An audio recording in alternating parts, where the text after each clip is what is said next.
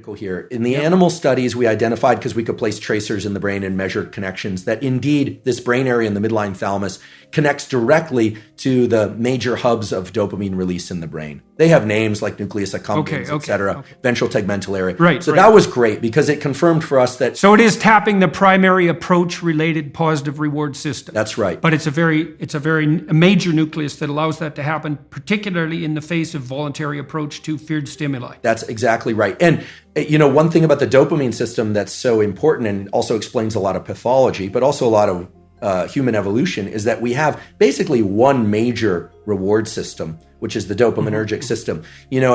I sometimes like the analogy that, nowadays you hear about cryptocurrency or the dollar versus the euro versus the this versus the that. There's only one currency in all of reality, actually, and it's dopamine. Whether or not it's the dollar-backed dopamine or it's euro-backed dopamine or Bitcoin-backed dopamine, in the end, whether or not someone has $1 billion or $2 is really that currency resides as something that's transacted in the real world, but their notion of power and potential is dopaminergic. And so too, the potential for mates, the potential for food, how much food you have, how much meat you have stored in the freezer tells you a lot about your security and well-being for you and your family, right? And that is translated into a dopaminergic internal representation of how safe and secure you are, et cetera.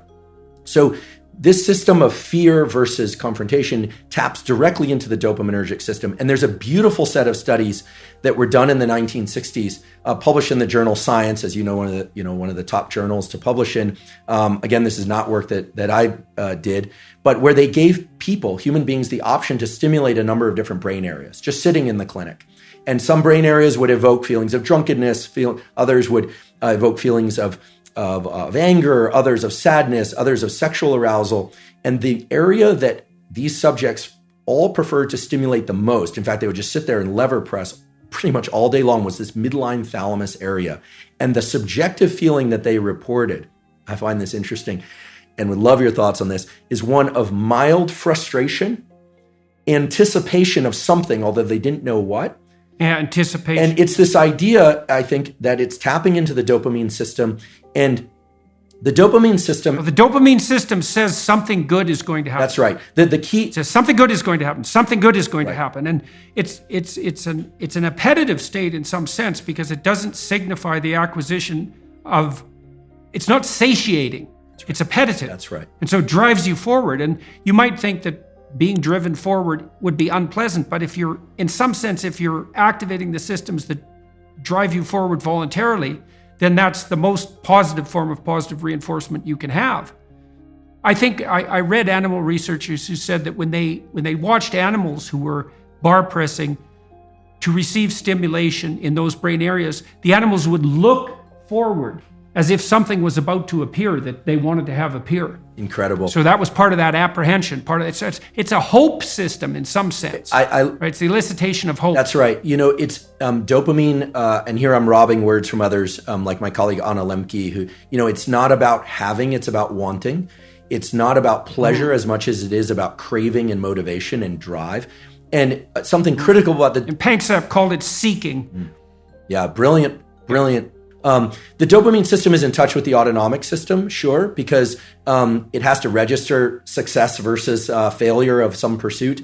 The prefrontal cortex is actually part of the dopamine reward system. People often overlook this, and we just think about nucleus accumbens and ventral tegmental area. But the prefrontal cortex, because, as you pointed out before, it is generating possible outcomes, different rules, different selves are being projected into the future. You can think that the 2 marshmallow task, the classic, give kids the option to either have a marshmallow now or wait and have 2 marshmallows, and the cute little videos of the kids, in the room with the marshmallows, sniffing it, talking to it. Occasionally a kid will just stuff it in his mouth. Another child will turn away, delightful, right? And all sorts of ideas have come about how they do in life versus if they can wait or not wait. In any case, that's dopaminergic anticipation. The key thing with dopamine, I think, that encapsulates the most of it is this notion of reward prediction error, which is very simple. If you are excited and anticipating something, you are generating some internal sense of the probability of it happening. We're going to the ice cream store, kids. Let's go. We're going to have ice cream. We have ice cream. It's closed.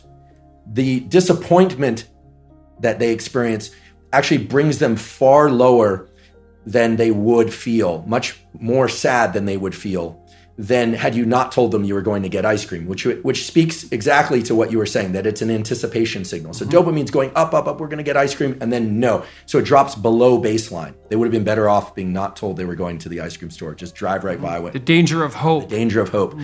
If you anticipate that it's going to be open, and again, this could translate to any scenario, and it's open, there's a dopaminergic signal upon receiving the reward, but it then drops a little bit. This is the basis of addiction, actually. Drops a little bit below baseline transiently.